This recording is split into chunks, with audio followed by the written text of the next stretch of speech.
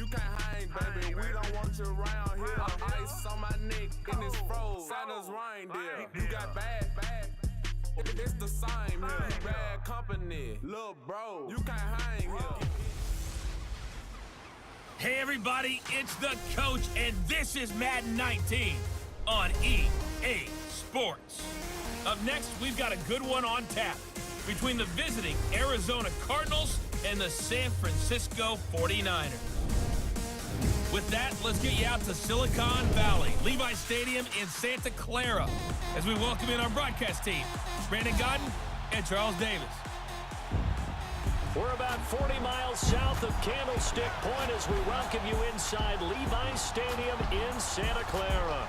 A few short moments ago, these two teams made their way out of the Levi Stadium tunnels, and the noise level in this place was deafening. They're set for football as the 49ers get ready to do battle with the Arizona Cardinals.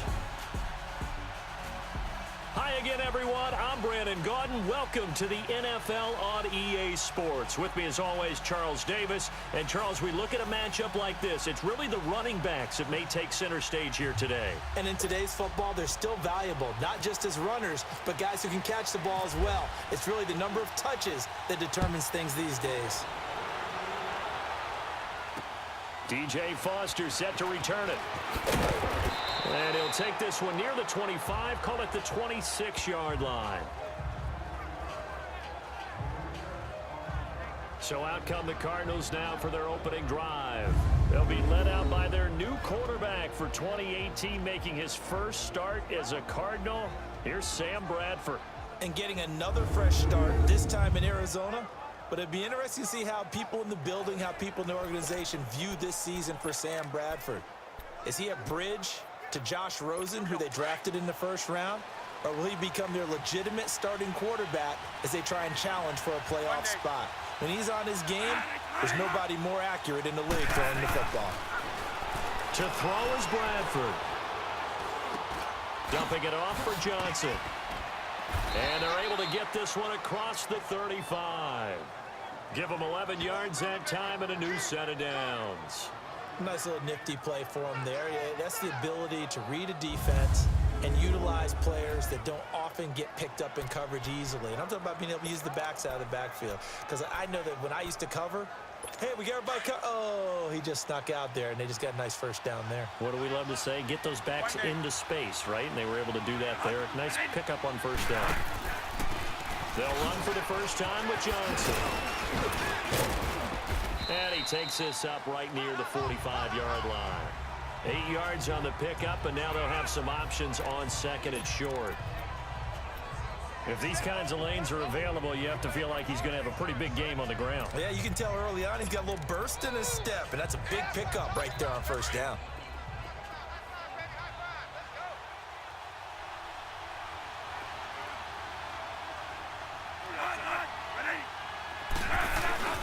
They go to Johnson again. And he'll be taken down across the 50 at the 45 in enemy territory. It's a 10-yard pickup, and it moves the chains. That O-line, they cleared a big hole there on that run. The athleticism of offensive lines continues to evolve, and we're seeing it here. Not only are they controlling things right at the line of scrimmage, but they're able to get upfield to get to what we call the second and the third levels. You know, get to the linebacker spot, the secondary spot, getting all the way down the field with their blocking, which helps keep the running back clean. They'll try to continue that trend here this afternoon.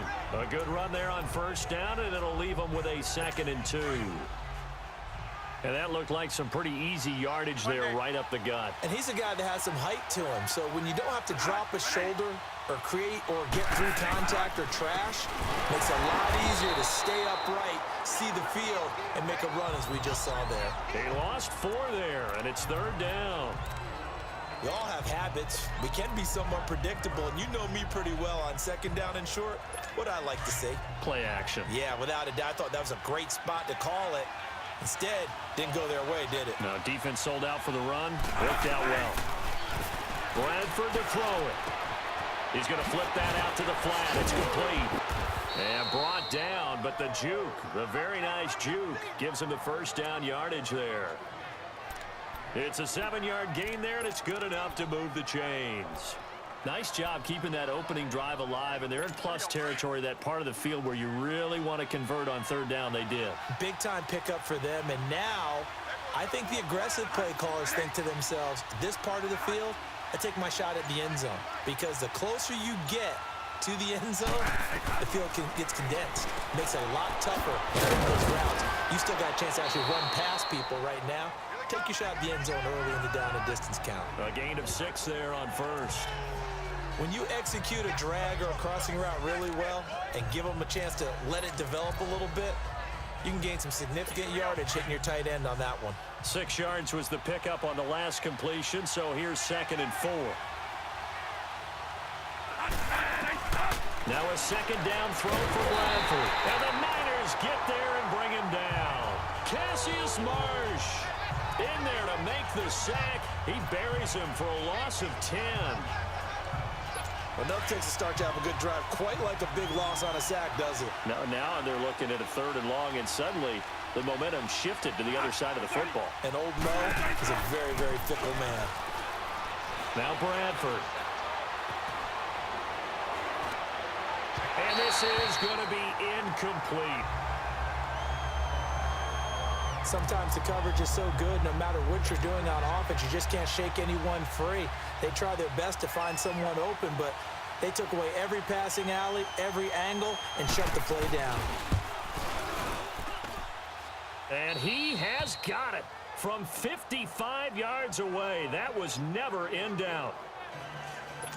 These kickers now, it used to be that a 50-plus yarder was cause for celebration. Now, seemingly automatic. Yeah, isn't it funny when we prepare for a game, when you look at the backgrounds of these kickers, it's interesting, isn't it, to find out they were all-state quarterbacks, receivers, defensive backs, all-state wrestlers, right? Baseball players.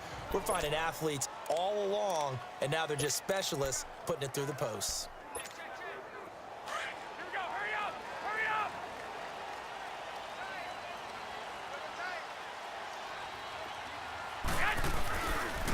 Now the Georgia Southern man, this is Jerick McKinnon.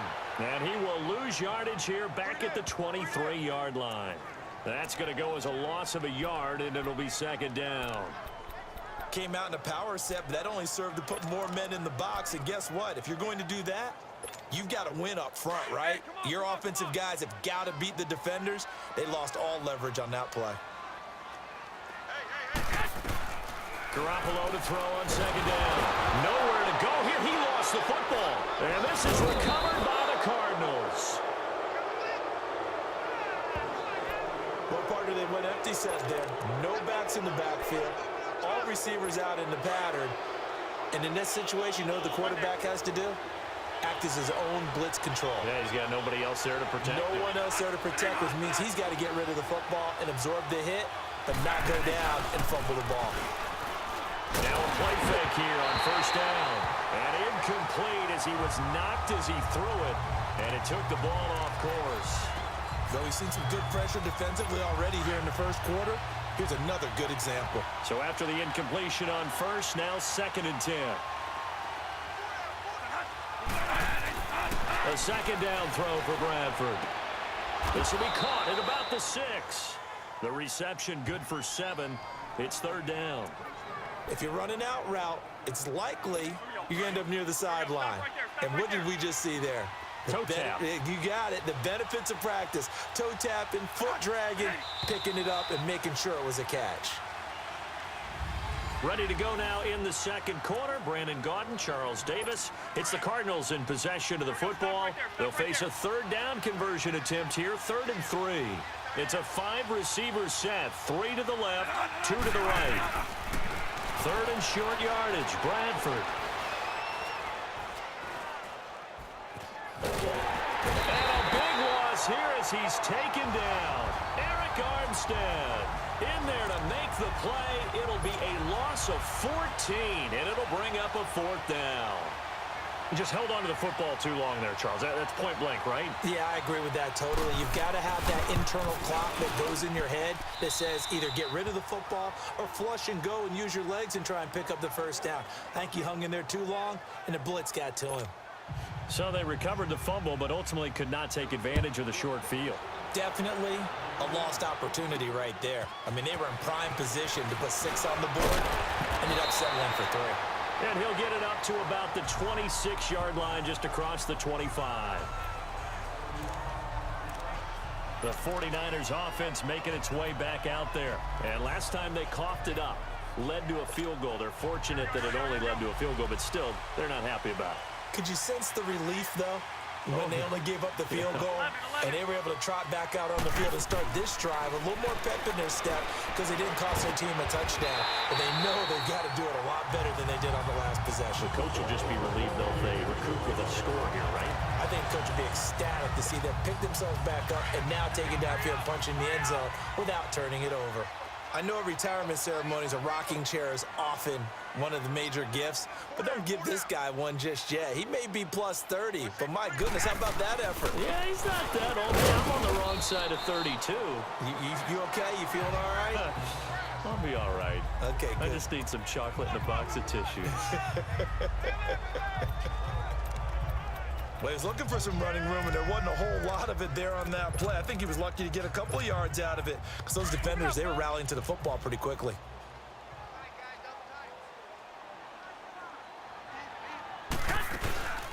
Now the Georgia Southern man, it's Matt Breida. And he'll take this for about 4 up to the 46-yard line. Well, if the coaching staff's doing a good job upstairs, they'll file away what they just saw from the defense right there. They sold out to stop that running play. I'd say keep that in mind. They want to try that again, go play action, hit them over the top.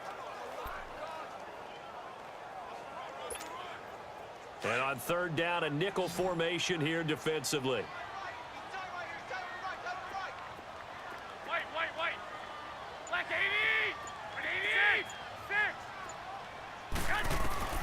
From the gun, it's Garoppolo.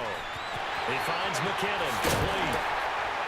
And he's got the first before he's brought down at the 39-yard line. It's a pickup of 15 and a fresh set of downs. We can talk all we want about football being a game of strength and brawn. It's also a game of mismatches, and they're trying to create one there, getting it to their back out of the backfield to make a bigger play. As we often say, get it to him in space, let him use his leg. Yeah, if he can get a matchup against a linebacker or maybe a defensive end dropping out in a zone blitz, he's going to win that battle just about every time. A loss of a full 3 yards, and now it's 2nd down. Robert Kimdichi's pro day workout, I know it was only shorts, but that's about as good a workout I've seen from a defensive lineman in a long time. Incredible speed, quickness, and power all on display, and he used every bit of that to make that play. He was such an athlete coming out of high school. I remember calling his bowl game in 2013 in Nashville. They lined him up and handed him the football as a running back. Well, not really a running back, a fullback, but he can just do a lot of things. No doubt about it. The consensus #1 player in high school when he opted to go to Ole Miss. 2 minutes remain here in the first half. We'll come back here right after this. I got 19. We remind you that coming up at halftime, we'll take you to Orlando and Jonathan Coachman. Coach will have highlights and analysis of this first half, one that's featured no touchdowns as of yet on either side. So his job is a little bit easier for this halftime. Need to give the coach some highlights here. Yes, we do. A good pickup there, 22.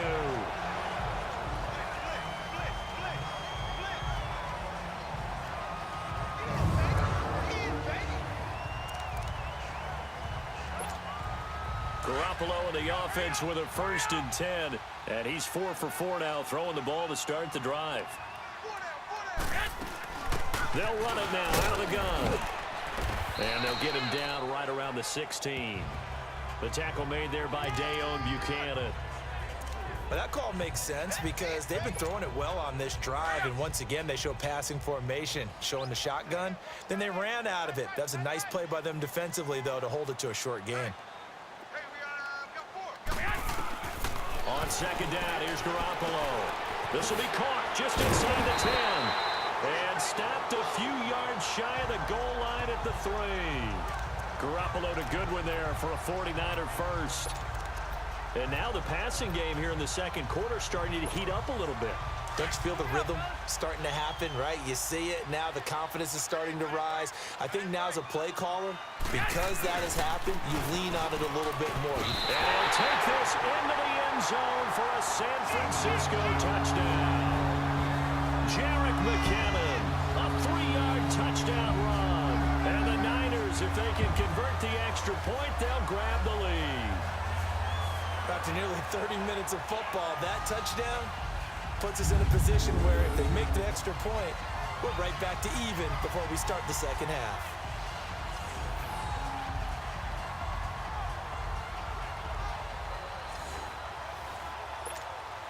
Robbie Gould on for the extra point. Gould able to tack on the extra point, and that will give him the lead here as we get on towards halftime. The punter Pinion now to kick this one away.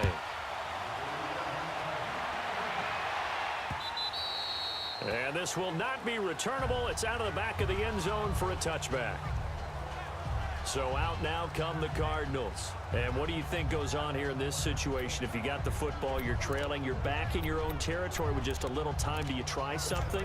You're thinking about jump-starting your team, right? You just mentioned it. They're down. They're trying to get back into the game. But you got to figure, if something goes wrong, you may have put yourself in a spot where you may not be able to come back in the second half. Managing risk, this is a big decision here. Now before this second down play, we'll get whistles and a timeout, as the clock will stop with 35 seconds to go in quarter number 2.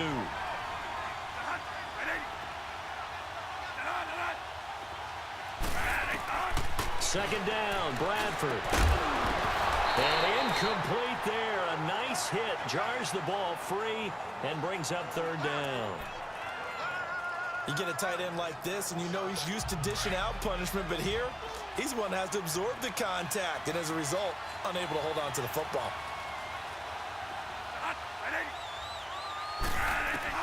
Bradford on 3rd and 2. And he finds his man. That's Butler. And now we won't see a play on first down. We're going to get a timeout instead, as they'll stop the clock with 26 seconds to go until halftime.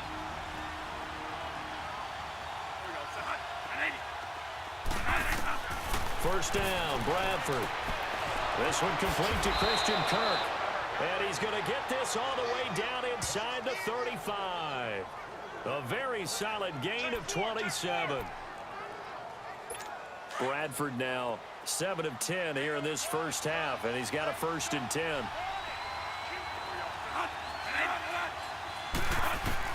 Bradford on first down. And this is going to be caught. He won the fight for the football. And we're going to get a timeout with 2 seconds remaining in the second quarter. So with 2 ticks left here in the half, on is the field goal unit. This from 44 yards out, left hash. Oh, they get to the football. It's blocked. So we've hit halftime here in Santa Clara with the 49ers out in front. As we'll send you back over to Orlando with our EA Sports Halftime Report, here's Jonathan Coachman.